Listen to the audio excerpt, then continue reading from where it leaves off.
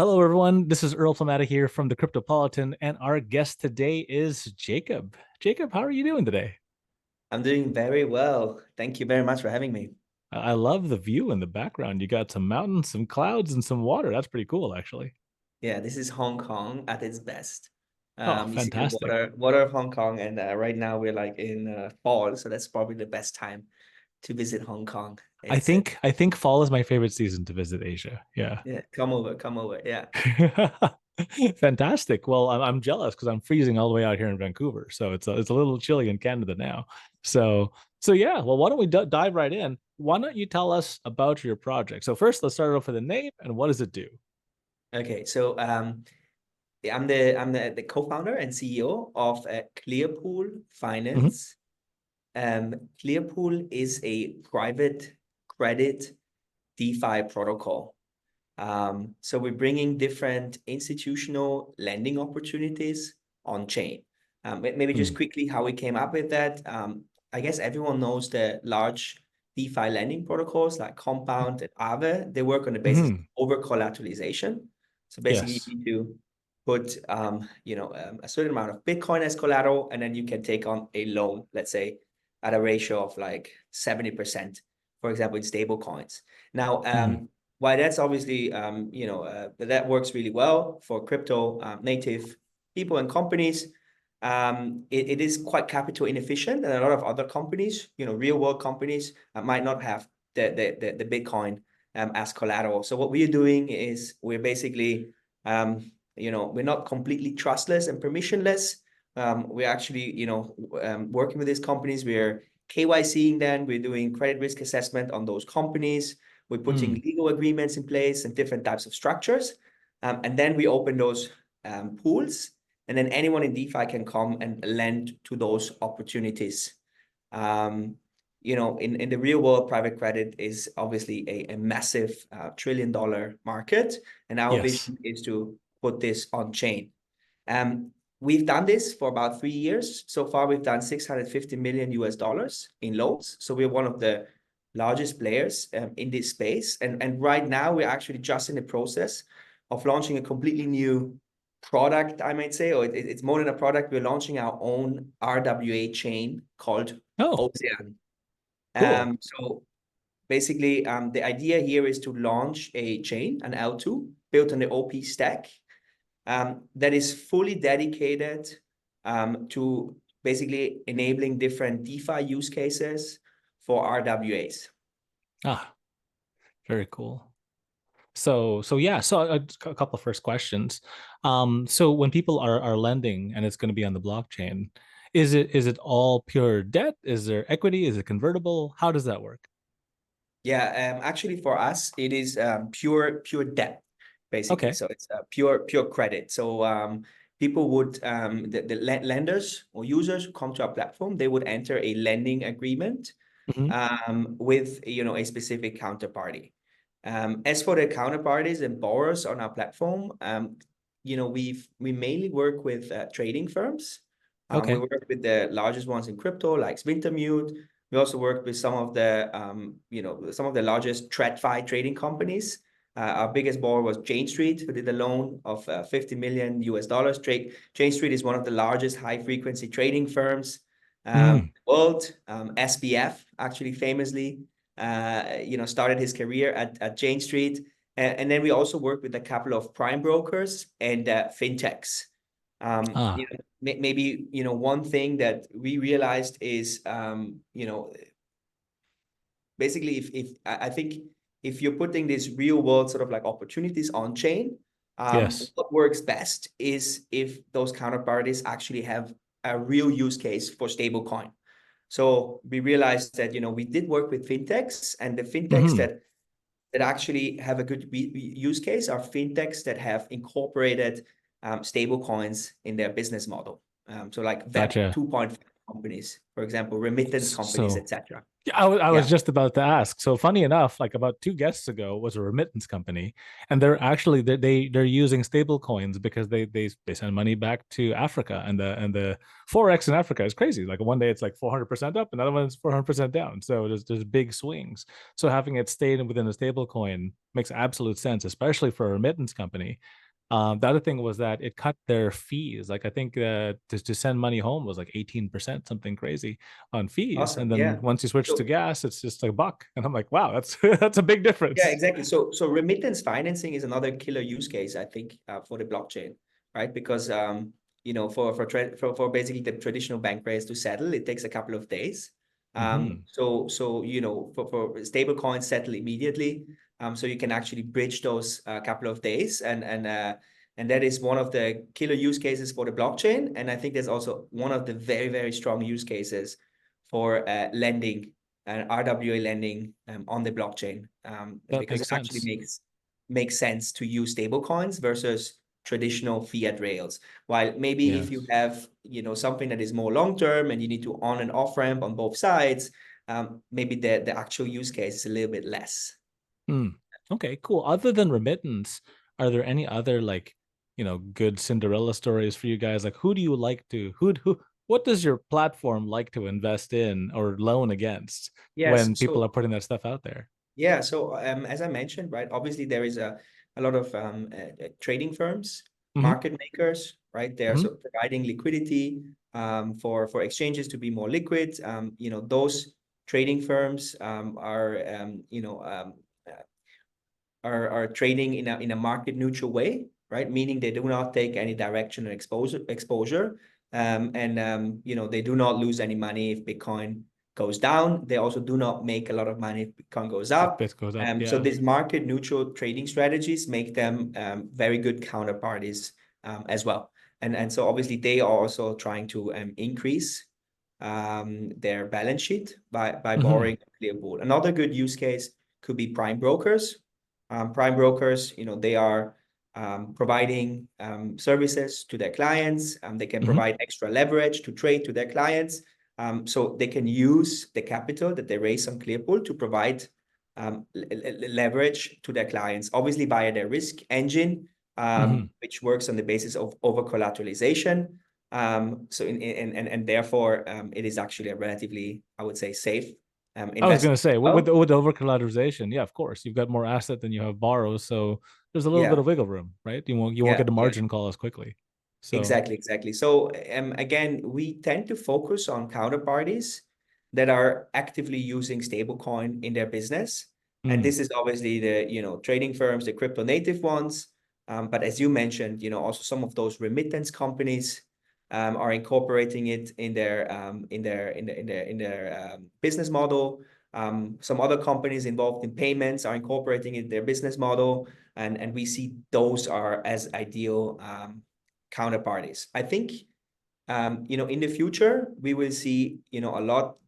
I guess the vision is that any type of company can basically borrow funds on chain. There are quite a lot of companies that are also working on trade financing, on invoice financing, and a lot of other alternative financing mm, sectors. I think one of the I guess access to capital is one of the advantages that the blockchain brings. hmm. Basically, anyone can access those deals. I think in order to really advance in that sector even more, we would need certain unlocks like secondary markets of those debt tokens, right? So that maybe you could actually create more liquidity for these type of longer lockup opportunities. I think that's That the makes sense. theory of blockchain. That's what everyone is striving to get to. I think we're still in Hmm. the very early stages, so we didn't really see a huge pickup there yet.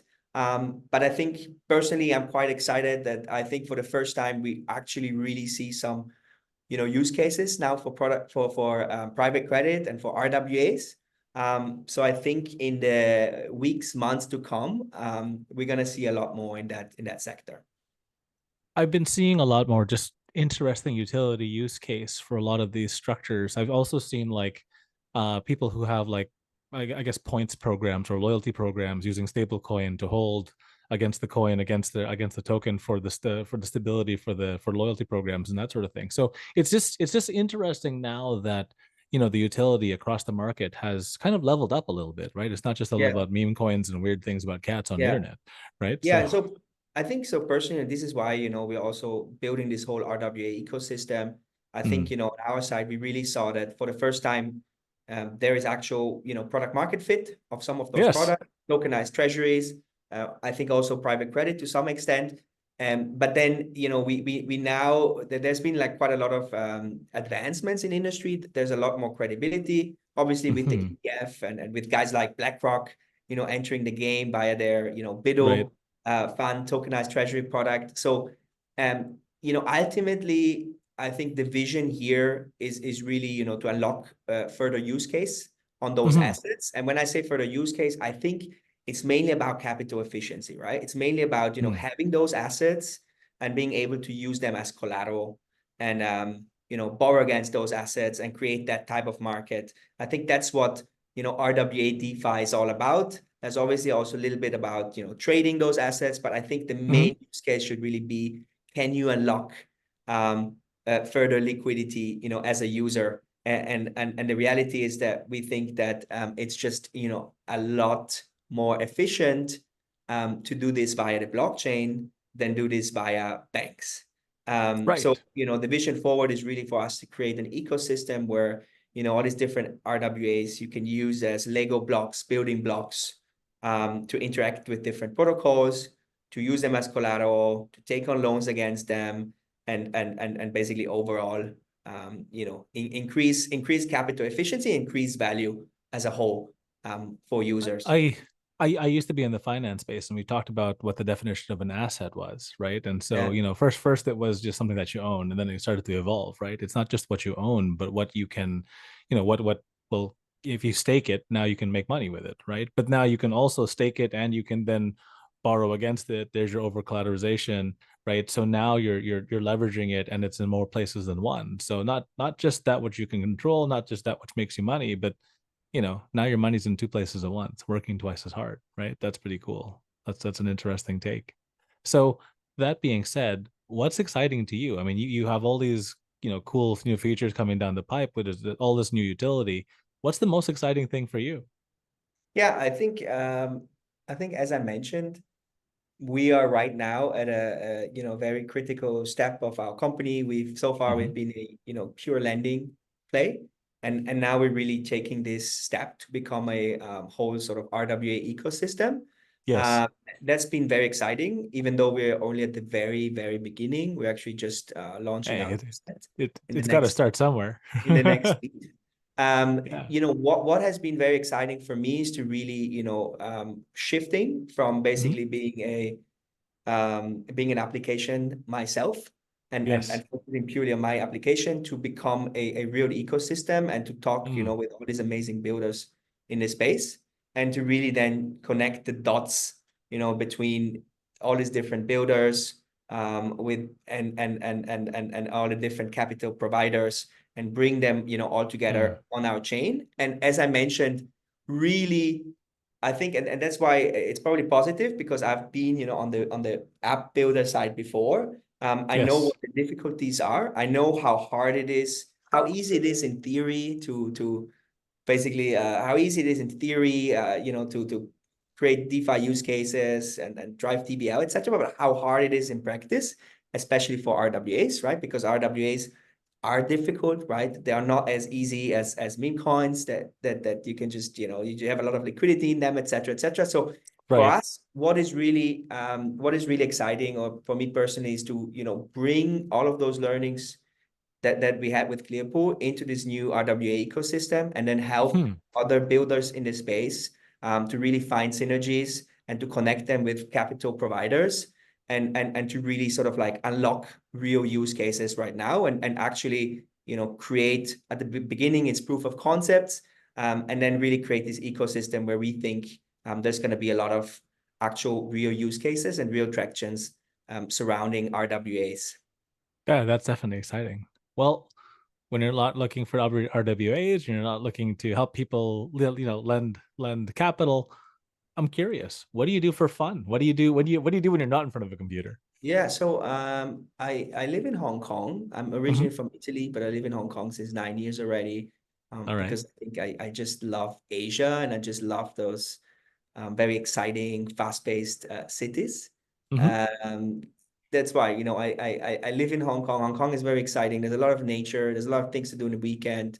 We go hiking. We go on boats. We go camping. Uh, there's a lot of nature which a lot of people don't know. So I like to explore that, and I also like to. I'm a big foodie, so Oh, I nice. I love going to different restaurants, trying the local foods. I love doing that in Hong Kong, but I also love doing that across Asia, whether that's China, Thailand, Japan, Korea, whatnot. So I Very guess I kind cool. of fell in love with Asia, and when I don't do work, I like to explore it. That's awesome. Last time I was in Hong Kong, we took shifts because it's such a hard time to get a table at the dim sum place that we Yeah, literally took shifts. There was like a whole, I don't know, there was like 40 of us, and we all took turn just taking over the same table over and over and over again, and that way we had that table forever, right? So that was great. yeah. Yeah, we It's ate also too much not for sure. people are not used to share a table when they do lunch, etc. Right? That's not something we're used in the West to Right. to sit on a table, with other people, and share that one. But yeah, that's another thing in Hong Kong, right? There's very Everybody limited shares table. Yeah, yeah, it's space. totally cool Everyone that way. shares That table, that's and it becomes normal. an experience by itself. Yeah. Yeah, it adds a different dimension to it, right? So for sure. All right. Oh, did we lose you, Jacob? Are you still there? No, I'm still here. Oh, you're still here. Okay, sorry. Zoom said maybe it's on my side. My internet got fuzzy, but we're on to the last, and I'm sad now because I'm enjoying our conversation. So this is the last and final question. Give people a reason to connect with you. Well, like maybe it's for the new project, maybe it's for the old project, maybe they want to, find ways to lend and earn with their Yeah. crypto. Give people a reason to reach out, and then Yeah, tell sounds good. them So just to clarify. where do you want them to reach out? Yeah, Yeah, so just to clarify, it's always the same project. We're just sort of broadening the scope and doing a bit of a broaden the re scope. Okay. so it's always the same project and the same community, the same underlying token. Token is called Hmm. Seapool. As I mentioned, we're just about to basically release to the market, to the public, what we've been working on for the last half a year and more. Hmm. And this is why like testnet launch is coming up, I believe, or I know next week. And we would love to have everyone's feedback. We I think there's some missions to complete. There's a couple of things you can do on the testnet, and most Hmm. importantly, it's important for us to get feedback on how we can do better. What you would like to get to have improved, and what direction you would like us to go. The best place for this is our Discord channel. Please also follow us on Twitter. The website is called Clearpool.finance. Okay. And yeah, there's gonna be a lot of interactions in the next couple of weeks, months leading up to mainnet launch, beginning of next year, basically already, probably in February. Fantastic. And yeah, and I think another thing we have is we also have we have so many great builders that we're working with, so many Hmm. great projects. So every week we are hosting a podcast just like yours. We're not as Okay. professional yet, but every week we're doing a Twitter Spaces, and we are inviting a founder of a project in the RWA space, and we're having interesting discussions with them. So Those are always interesting. I enjoy Twitter Spaces with that sort of thing. That's always really cool. All right. Well, with that being said, well, thank you so much for being a guest on our podcast. Really appreciate you coming on board. And yeah, what you guys are doing is exciting. And I really truly believe you guys are funding the future. So thank you for the work you guys do, and absolutely thank you so much for being on the show. thank you very much. Still a long way to go, but we're very excited for what's to come. And thank you for the opportunity to present Absolutely. ourselves. All right. Have a good one. Looking forward to seeing what you guys put in the future. All right. Thanks for coming. Thank you.